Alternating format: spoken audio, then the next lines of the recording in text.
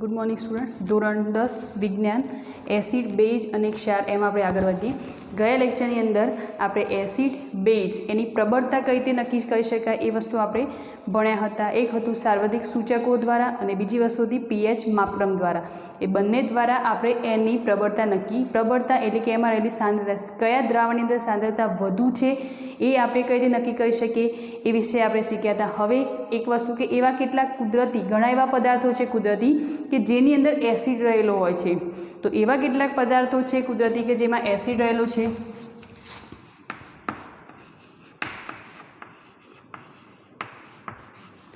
તો જેને આપણે કહીએ કુદરતી એસિડ. તો એવા પદાર્થો જેવા કે ટામેટું,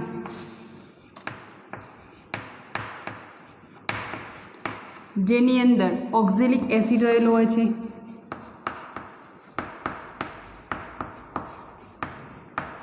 જે કુદરતી છે કે કુદરતી રીતે જ આ એસિડ આપણને મળે છે. એ જ રીતે બીજી વસ્તુ આંબલી,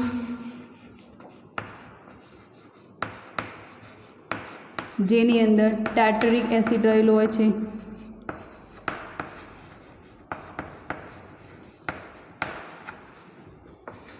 એવા કુદરતી બીજા પદાર્થો વિચારીએ તો સંતરું છે, અથવા તો એવો ખાટો પદાર્થ બીજું છે લીંબુ. તો આ બંનેની અંદર સાઇટ્રિક એસિડ રહેલો હોય છે. આ એક માર્ક્સની અંદર તમને પૂછાઈ શકે છે સાઇટ્રિક એસિડ.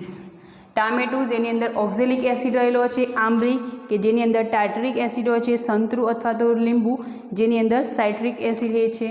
એ જ રીતે ખાટું દહીં વિચારીએ આપણે, ખાટું દહીં, તો એની અંદર લેક્ટિક એસિડ રહેલો હોય છે. લેક્ટિક એસિડ ખાટું દહીં છે. એ જ રીતે બીજા પદાર્થો જેમ કે લઈએ આપણે વિનેગાર, જેને સડકો કહીએ છીએ.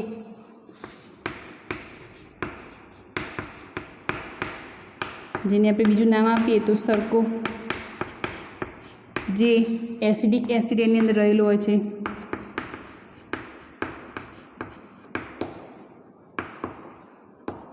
તો આ એવા ઘણા એવા પદાર્થો છે કે જેની અંદર શું રહેલું હોય છે?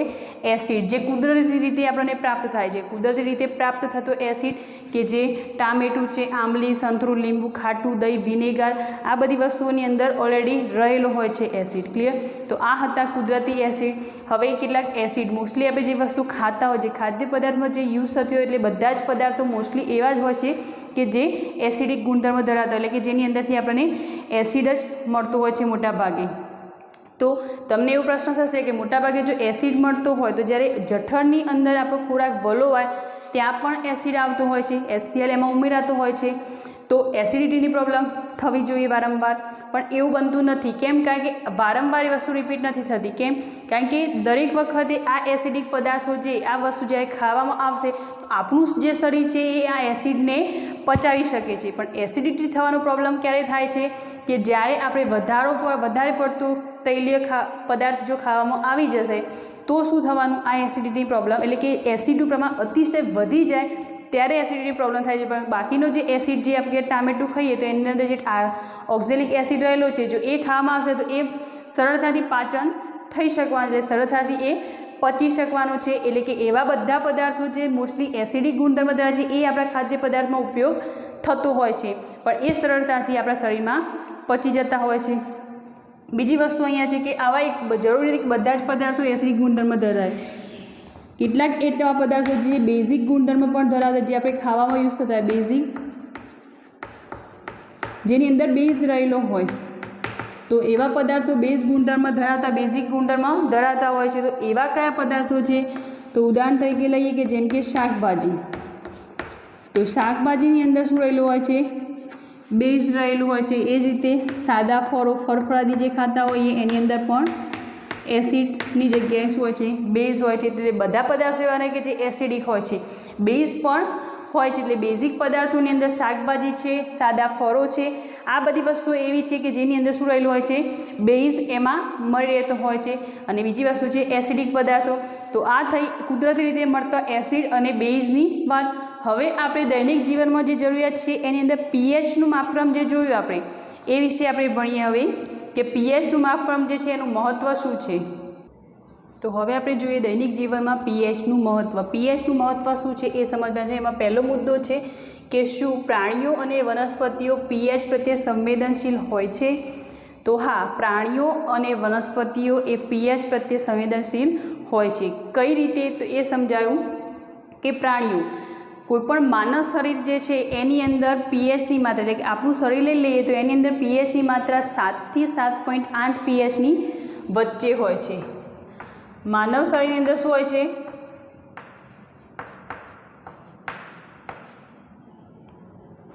7.0 થી 7.8 પીએચની વચ્ચે। આપણા શરીરની પીએચ કેટલી હોય છે? 7 થી 7.8ની વચ્ચે। હવે જો આ પીએચ જે છે એની અંદર જો ફેરફાર થાય તો એ આપણા શરીર માટે નુકસાનકારક થવાની, એટલે કે જો આ સંવેદનશીલ જે કહ્યું પીએચ પ્રત્યે સંવેદનશીલ છે તો હા, કારણ કે શું થવાનું, એની જે પીએચ જળવાઈ રહેવી જોઈએ 7 થી 7.8 પીએચ, એની અંદર જો કોઈ ફેરફાર જોવા મળશે તો એ શું થવાનું, એ આપણા માટે નુકસાનકારક છે। હવે છે વનસ્પતિઓ, તો વનસ્પતિની અંદર શું થશે કે જેમ કે વરસાદનું પાણી લઈ લઈએ તો જે વરસાદનું પાણી છે એની પીએચ 5.6 એ કરતાં ઓછી પીએચ હશે તો શું થવાનું, વરસાદનું જે પાણી છે એની પીએચ 5.6 કરતાં જો ઓછી હશે અને એ વરસાદ જે પડશે એને આપણે એસિડ વર્ષા કહી શકીએ। એને આપણે એસિડ વર્ષા કહીએ છીએ। જો 5 જે વરસાદનું પાણી છે એની અંદર જો એની પીએચ 5.6 કરતાં ઓછી હશે તો એ એસિડ વર્ષા સ્વરૂપે એ જે વરસાદ પડે અને એસિડ વર્ષા, એ જો વરસાદ વનસ્પતિ અથવા તો ખેતર, આપણા જે ખેતર હોય એની અંદર પડશે તો એ જમીન માટે પણ નુકસાનકારક છે, એ સાથે વનસ્પતિને પણ એ બાળે છે। એટલે કે આ પાણી ખેતરની જમીન અથવા તો વનસ્પતિ ઉપર પડશે તો એ વનસ્પતિ શું થવાની, બળી જવાની। એટલે એ પીએચનું મહત્ત્વ ત્યાં એક સંવેદનશીલ થવાનું। એટલે વનસ્પતિ માટે નુકસાનકારક શું છે, આ એસિડ વર્ષા એ એના માટે કેવી છે, નુકસાનકારક છે, કારણ કે એની એ પીએચ કરતાં જો ઓછો હશે, 5.6 કરતાં એની પીએચ જો ઓછી હશે તો શું થવાનું, એ એના માટે નુકસાન, કારણ કે એ શું કરવાનું, બાળશે, કોઈ પણ વનસ્પતિ હશે એને શું કરવાનું, એ બાળવાનું છે। તો એસિડ અને બેઝની જે પ્રક્રિયા છે એ આ એસિડ વર્ષા અને પીએચનું ઘટવું એ બંને ઉપર ડિપેન્ડ હોય છે। બીજી વસ્તુ, જે આ વરસાદનું પાણી જે છે એ જો નદીમાં જશે તો શું થવાનું, નદીમાં રહેલા જે જળચર પ્રાણીઓ, જે જીવસૃષ્ટિ છે એને પણ એ નુકસાન પહોંચાડવાનું। એટલે કે આ પીએચ ઘટી એ નુકસાન પ્રાણીઓ અને વનસ્પતિ બંનેને થવાનું।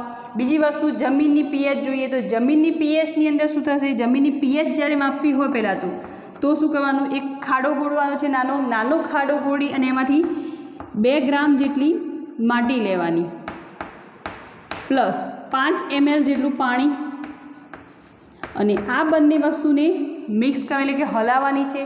હલાવ્યા બાદ એનું ગારણ કરી દેવાનું, અને ગારણ થશે એટલે જમીનના મોટા ભાગની જે સાંદ્રતા, જે ફળદ્રુપતા છે એ બધી ક્યાં આવવાની, ગારણમાં, એટલે કે મોટા ભાગના જે કણો છે એ ગારણની અંદર, અને એ જે ગારણનું પાણી છે એની અંદર હવે સાર્વત્રિક સૂચક એની અંદર ઉપયોગ કરવાનો, જેના દ્વારા એ જમીન જે છે એ એસિડિક છે કે, એટલે કે એની પીએચ દ્વારા આપણને એ જમીન એસિડિક છે કે બેઝિક છે એ વસ્તુ જાણી શકીએ છીએ। જમીનની પીએચ આપણે આ રીતે જ માપી શકીએ છીએ।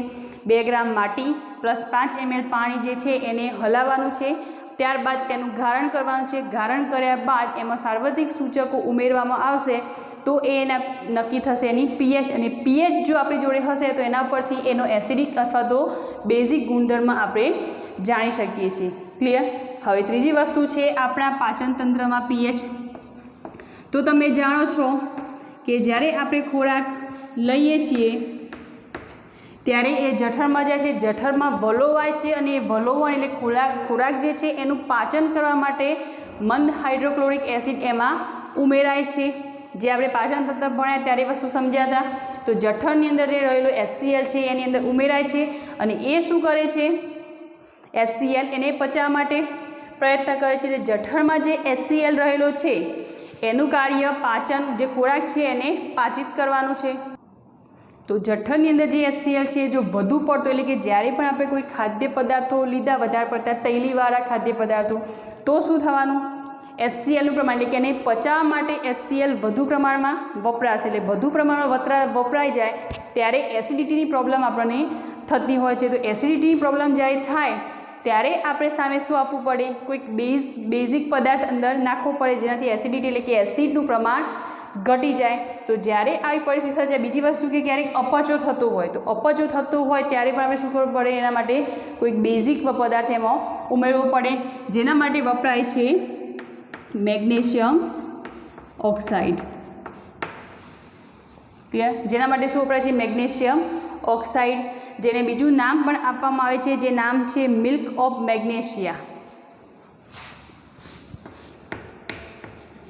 આ ના વાપરો એ મેગ્નેશિયમ ઓક્સાઇડ તો બીજું વસ્તુ છે મિલ્ક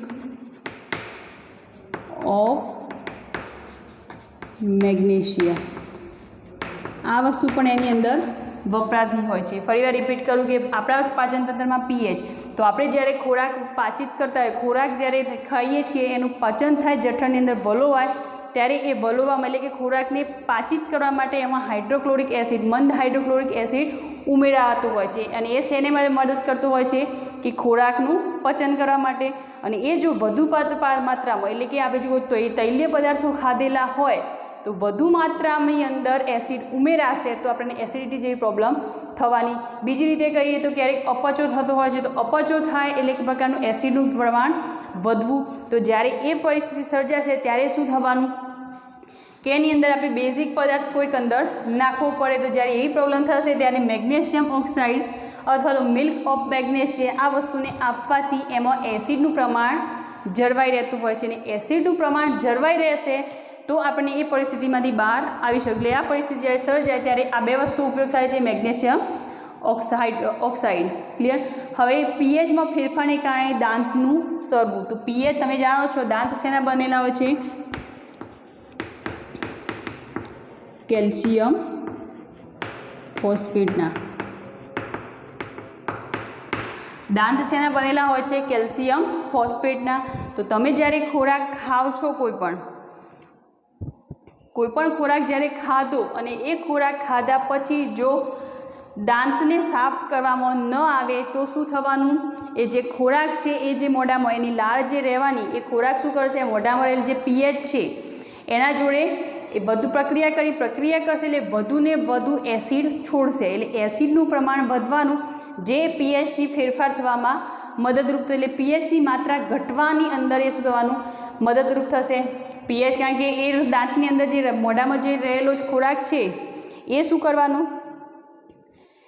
પીએચ સાથે મોઢામાં દાંતના જે કેલ્શિયમ ફોસ્ફેટ છે એની સાથે પ્રક્રિયા કરશે એટલે શું થવાનું મોઢામાં રહેલા જે એસિડનું પ્રમાણ છે એ વધવાનું અને વધી જશે એ આપણા આ કેલ્શિયમ ફોસ્ફેટ જે દાંત બનેલા છે એ દાંતને નુકસાન કરવા માટે મદદરૂપ રહે। જો પીએચની માત્રા 5.5 કરતાં ઘટી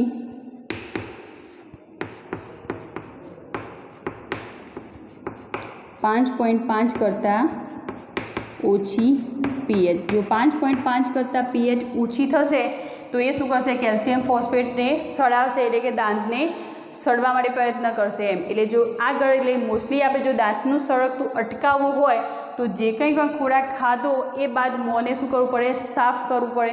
જો સાફ કરીએ નહીં તો શું થવાનું એમાં રહેલા જે પદાર્થો જે નાના રજકણો હોવાના એ શું કરશે પીએચ સાથે જે મોઢાના અંદર દાંત છે દાંતના સાથે એ પ્રક્રિયા થશે અંદર અને શું કરશે એસિડનું પ્રમાણ વધારશે ને જેવું એસિડનું પ્રમાણ વધશે એટલે આપણી પીએચ જે છે એ 5.5 કરતાં ઘટી તો એ દાંતને સડવામાં મદદરૂપ થાય। એટલે આ રીતે દાંતનું સડાતું હોય। બીજી વસ્તુ છે પ્રાણીઓ અને વનસ્પતિઓ દ્વારા થતા રાસાયણિક યુદ્ધની આત્મસંરક્ષણ।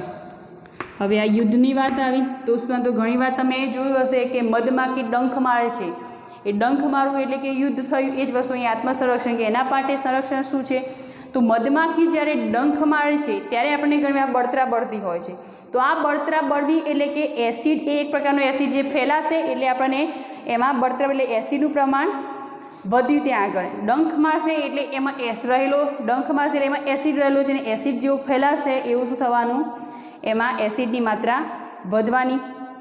તો આ એસિડની માત્રા વધશે એટલે બળતરા બળશે તો એનું નિવારણ પાછું સામે કોઈક આપવું પડશે, બેઝ.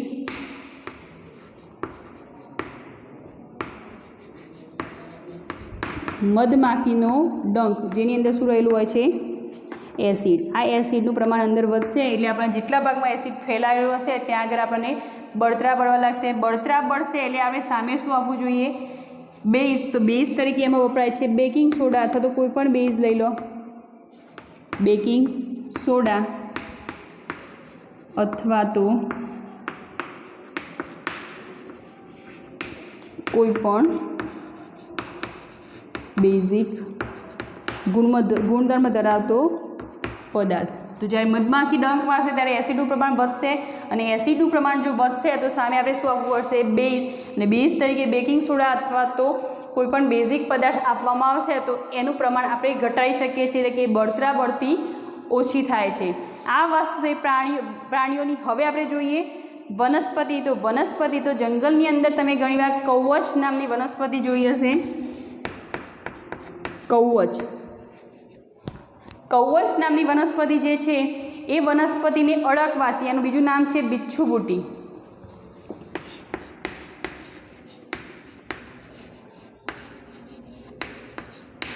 તો આ એક વનસ્પતિ છે જે મોસ્ટલી જંગલોમાં ઉગતી હોય છે.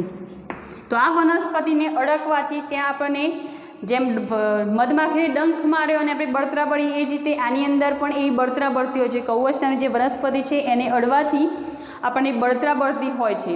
તો એ એક પ્રકારનો એસિડ જ હોય છે કે જેનાથી આપણને બળતરા બળે છે. એસિડનું પ્રમાણ ત્યાં વધી જાય છે જેના કારણે બળતરા બળતી. હવે આનું નિવારણ કરવા માટે પણ કુદરતે એવી એક વસ્તુ એના જોડે આપી છે જેની જોડે હોય છે ડોક નામની વનસ્પતિ.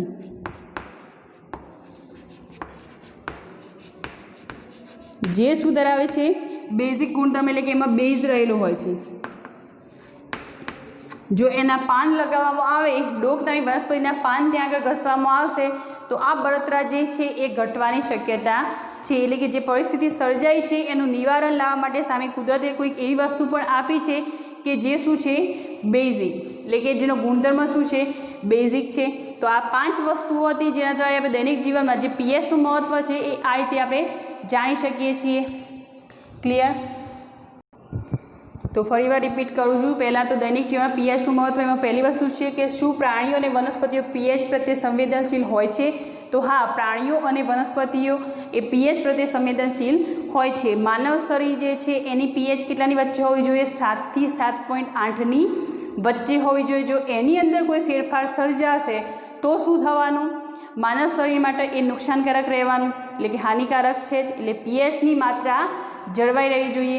બીજી વસ્તુ વનસ્પતિ માટે. તો વનસ્પતિ માટે વરસાદ જવાબદાર છે. તો વરસાદના પાણી જે પડે છે એની પીએચ જો 5.6 કરતાં ઓછી હશે તો એ એસિડ વર્ષા સ્વરૂપે આવા. તો એસિડ વર્ષા એ વસ્તુ કેવી છે કે જે આપણા ખેતર અથવા તો કોઈ વનસ્પતિ છે એના ઉપર પડશે તો એ વનસ્પતિને શું કરવાની? બાળશે. એ સિવાય એ વરસાદનું જે પાણી છે એ નદીની અંદર જશે તો નદીની અંદર એ પાણી ભેળવાશે તો જે નદીની અંદર રહેલા જીવજંતુઓ અથવા તો જીવસૃષ્ટિ જે છે એને એ શું કરવાનું? નુકસાન પહોંચાડશે. નાના નાના જીવજંતુઓને એ નુકસાન પહોંચાડે. એટલે પીએચની માત્રા ઘટશે તો એ શું છે? નુકસાનકારક છે. બીજી વસ્તુ છે કે જમીનની પીએચ. તો જમીનની પીએચ એ શેના પર ડિપેન્ડ છે? તો જમીનની પીએચ એ એમાં રહેલી સાંદ્રતા, જમીન જે સાંદ્રતા છે એના પર ડિપેન્ડ હોય છે. એટલે જમીનની પીએચ પહેલાં તો માપવી હોય તો ખાડો કરવાનો, એની અંદરથી 2 ગ્રામ માટી પ્લસ 5 ml પાણી અને એ બંનેને મિક્સ કર્યા પછી એમાં શું કરવાનું છે? ગાળણની પ્રક્રિયા. ગાળણની પ્રક્રિયા થઈ અને જે પાણી નીચે મળ્યું છે એની અંદર સાર્વત્રિક સૂચકો ઉમેરવામાં આવશે તો એના ઉપરથી પીએચ નક્કી થશે. અને જો પીએચ નક્કી થશે તો પીએચના મૂલ્ય પરથી આપણે એ જમીનની અંદર એસિડિકનું પ્રમાણ કેટલું છે અને બેઝિક છે કે એસિડિક એ વસ્તુ નક્કી કરી શકીએ છીએ. તો એ હતી જમીનની પીએચ. ત્રીજી વસ્તુ છે કે આપણા પાચનતંત્રમાં પીએચ. આપણું જે પાચનતંત્ર છે એની અંદર તમે જાણો છો કે ખોરાક જ્યારે ખાઈએ છીએ ત્યારે ક્યાં જાય છે? જઠરમાં. જઠરમાં વલોવાય છે અને વલોવા માટે એને ખોરાકને પાચિત કરવા માટે તેમાં ઉમેરાય છે મંદ HCl, હાઇડ્રોક્લોરિક એસિડ એની અંદર ઉમેરાય છે, જે ખોરાકને પાચિત કરતો હોય છે. તો ઘણીવાર એવું થતું હોય છે કે જ્યારે તૈલીય પદાર્થો વધારે પડતા ખાવામાં આવશે તો શું થવાનું, આ એસિડનું પ્રમાણ વધવાનું, અને એસિડનું પ્રમાણ વધશે એટલે શું થવાનું, એસિડિટી. બીજી વસ્તુ ઘણીવાર અપચો થતું હોય છે, તો અપચો થવો એ પણ કેવું છે કે એસિડનું પ્રમાણ વધવું. તો આનું નિવારણ કરવા માટે એટલે કે સામે કોઈક બેઝિક વસ્તુ અંદર આપવી પડે, બેઝ ઉમેરાશે તો એસિડનું પ્રમાણ ઘટવાનું. તો એના માટે શું હોય છે, મેગ્નેશિયમ ઓક્સાઇડ MgOH અથવા તો મિલ્ક ઓફ મેગ્નેશિયા. આ વસ્તુ આપવાથી એસિડિટી એટલે કે એસિડનું પ્રમાણ ઘટાડી શકાય છે. તો આપણા પાચનતંત્રમાં પીએચનું માપન એ રીતે આપણે જાળવી રાખીએ છીએ. બીજી વસ્તુ છે પીએચમાં ફેરફારને કારણે દાંતનું સડવું. તો તમે એક વસ્તુ જાણો છો, દાંત શેના બનેલા છે, કેલ્શિયમ ફોસ્ફેટના બનેલા છે. તો દાંત કેલ્શિયમ ફોસ્ફેટના બનેલા છે તો એની અંદર દાંતનું સડવું એટલે કે જ્યારે આપણે કોઈ પણ ખોરાક ખાધો હોય અને ત્યારબાદ જો દાંતને સાફ કરવામાં ન આવે તો તેમાં એસિડનું પ્રમાણ વધે છે. એસિડનું પ્રમાણ જ્યારે વધશે ત્યારે પીએચના માપક્રમમાં ફેરફાર થશે. જો પીએચનું માપક્રમ 5.5 કરતાં ઘટશે તો એ દાંતનો સડો કરવાનું. તો એ રીતે દાંતનું પણ સડવું એ પીએચ ઉપર ડિપેન્ડ છે. પ્રાણીઓ અને વનસ્પતિઓ દ્વારા થતા રાસાયણિક યુદ્ધની આત્મસંરક્ષણ.